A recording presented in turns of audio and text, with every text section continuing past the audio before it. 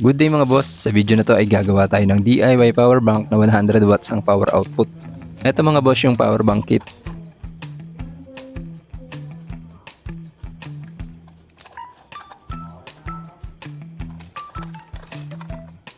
Ito yung loob niya mga boss. Tapos ito naman yung battery na ikakabit natin. 4 na pirasong 21700 na 5000 mAh each ang isa. Joinsan nga pala ang brand dito mga boss. Siya nga pala mga boss, kapag bumili kayo ng power bank kit, wala pa siyang kasamang battery. Hiwalay yung bibili yung battery. Ito yung kasama ng power bank kit. Ito yung PCB niya. Dito natin mamaya i-connect yung 4 na battery.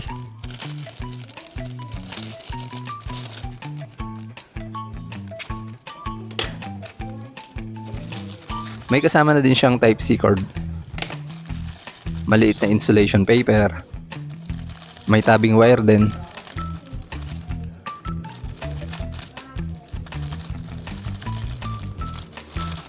At 2 putol na double-sided tape. Siya nga pala mga boss, baka hindi ka pa nakasubscribe, baka pwedeng pasubscribe naman at pahit na rin ng notification bell para updated kayo pag may bago akong upload. Salamat!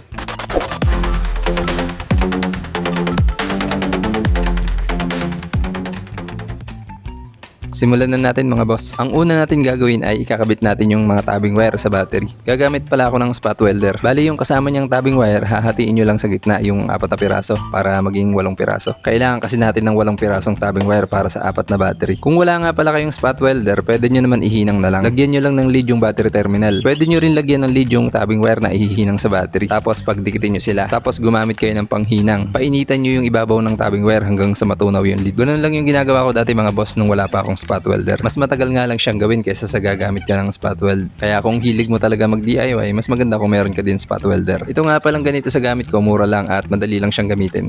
Ilalagay ko na lang sa description yung link para sa mga gustong bumili. Mga boss, kung paano nyo nga pala ipinwesto yung tabing wire sa positive terminal ng battery, dapat ganun din sila sa negative terminal. Dapat magkatapat sila. Ihihinang kasi natin mamaya sa board yung battery na to, kaya kailangan talaga magkatapat.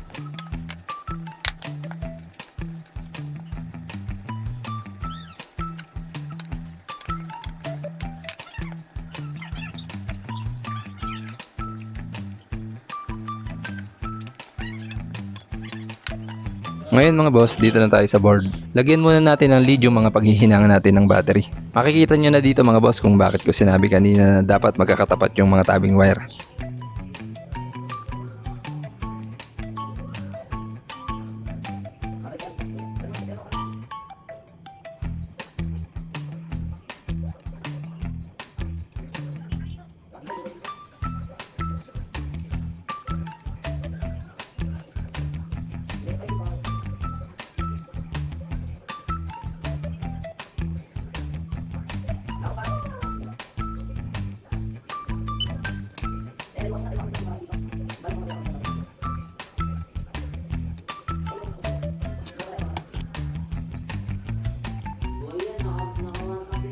Eto na mga boss, maghihinang na tayo. Bali dito sa board, may mga butas dyan na kasya yung tabing wire. Pasok lang natin dun yung tabing wire. Pero check nyo muna kung tama yung posisyon ng battery. May negative at positive sign kasi dyan. Iwasan yung magkamali mga boss para hindi masira yung battery at board. Ang ginawa ko pala dito ay naglagay ako ng lead kanina sa paghihinangan, di ba? Yung tabing wire na connected sa battery, ididikit ko lang sa lead kung saan ihihinang yung tabing wire. Tapos yung panghinang na gamit ko, ididikit ko lang sa tabing wire para mainitan ba at matunaw yung lead. Pag natunaw yung lead, didikit na rin siya sa tabing wire. Ganun lang mga boss, paulit-ulit hanggang sa maikabit natin lahat ng battery.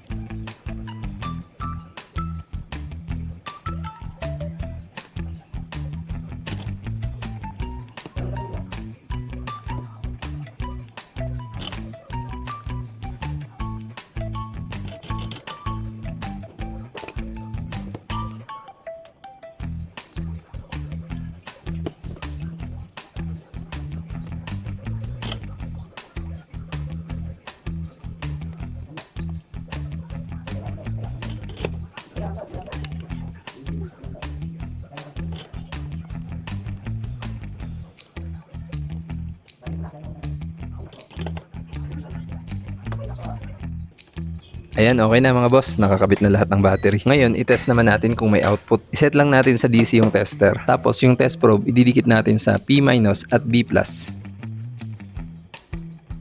Ayan mga boss, meron siyang output na 14.37. Ibig sabihin, goods na to mga boss. Naka-series kasi mga boss yung apat na battery na yan. Bawat battery may kargang 3.5 volt something. Kaso hindi ko na na-video.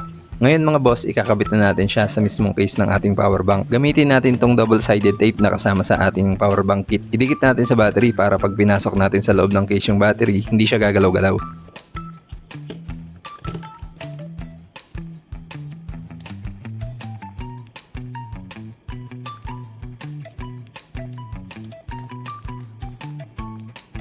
Dito ko na lang siya ilalagay.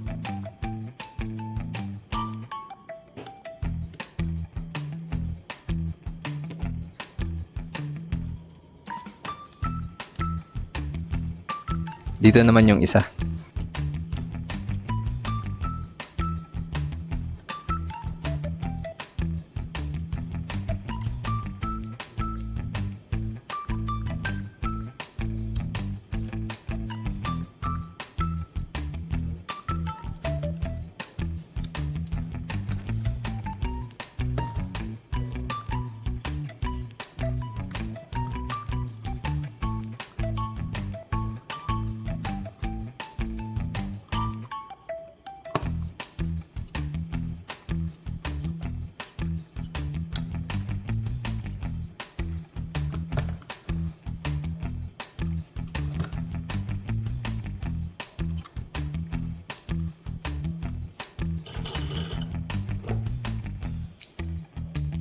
Tapos mga boss, may dalawang wire to. Yung kulay itim na wire, ihihinang natin sa P-.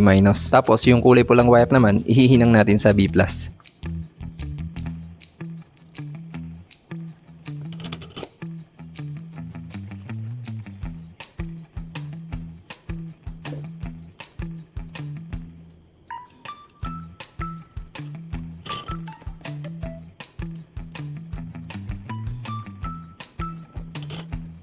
Tapos yung maliit na wire na yan, idikit nyo lang sa mismong battery.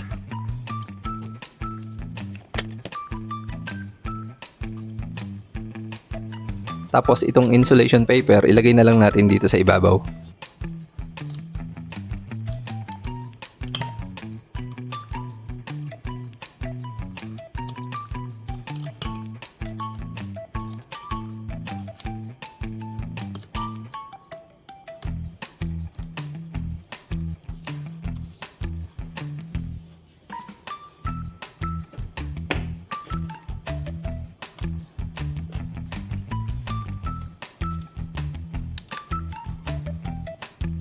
Ayan mga boss, okay na. May kargang 31% yung ating power bank.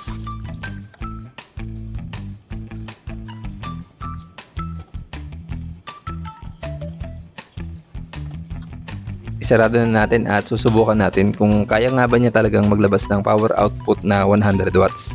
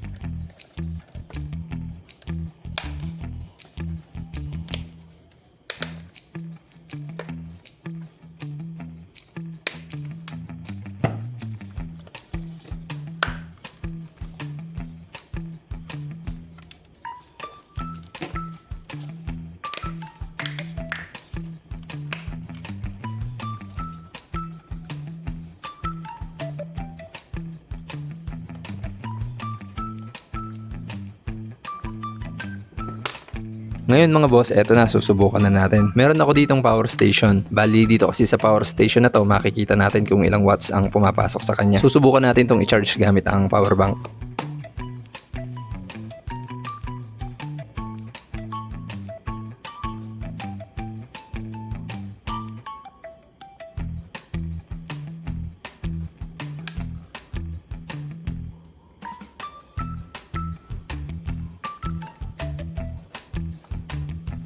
Ayan mga boss, meron siyang 62 watts gamit itong cord na to. Para naman mapalabas natin yung output niyang 100 watts, dapat meron tayong cord na supported ng power delivery na 100 watts. May ganun ako mga boss at susubukan natin kung totoo nga ang chismis. Ito yun mga boss. Isaksak lang natin sa Type-C port ng power bank. Tapos yung dulo ng cord na Type-C din, isasaksak natin sa Type-C port ng power bank.